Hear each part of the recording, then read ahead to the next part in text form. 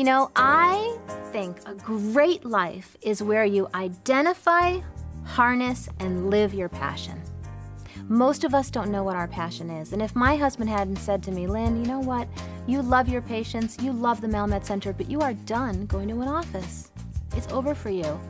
I might have still been sitting in an office, but instead, I'm here and I'm, writing scripts and interacting with people and telling people all the fantastic things that I love to talk about. Most parents love their children more than anyone on the planet.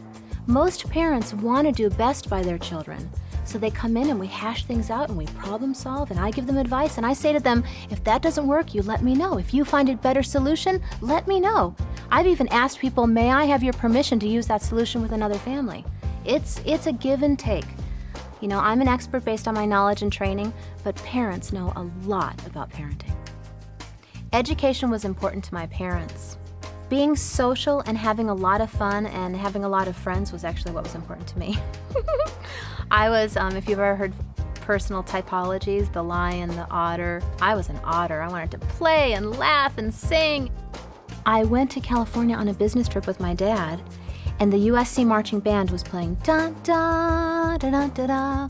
All my life, my dad used to wake me up singing, Lynn ya din, my skudjamin, it's time to get up, it's time to get up. And I was like, Dad, that's my song. He said, yeah, that's your song. He said, you go see if you can get a scholarship.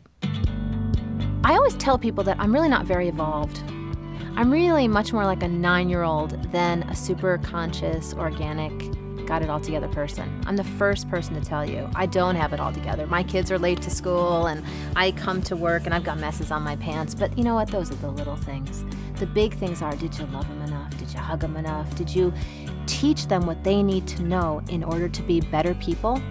So a lot of people approach me as though I'm super conscious and mindful. And I have to tell you, it's an always evolving process that you choose to pay attention to each day. Hello, everybody! Welcome to Parenting Essentials. We are so happy to have you here. I'm Lynne Kenney. Today we're talking about the most important topic in the world. What is it? Parenting! Most of you are parents?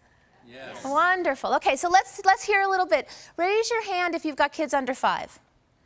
All right, and what about kids under 10? What about kids under 15? All right, who of you guys have kids from like 20 and up? Wow, wonderful. Well, in my house, we have a 5 and a 7, and my husband actually has a 25 and a 27. So I am interested, and my expertise is actually those little babies.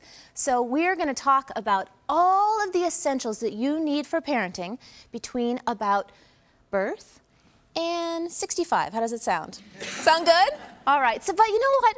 Have you ever sat with each other and talked about who you'd like to have for dinner? Sometimes we sit around my house and we think, we could have somebody from history. What about George Washington for dinner or Mark Twain? Does anybody have an idea about who they'd like to have for dinner? Could you tell me who you'd like to have for dinner? Well, maybe the president. The president. That would be very, very interesting for them. That would be very interesting, very special. Anybody else? Who would you like to have for dinner? Probably sports figures like Tiger Woods. Yeah, Tiger Woods, yeah.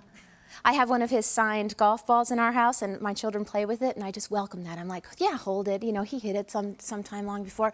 Well, I'm going to tell you that if you had a psychologist for dinner, what might it be that you'd ask them? Would you ask them about how to have great sex? Would you ask them about how to get your husband to do the dishes?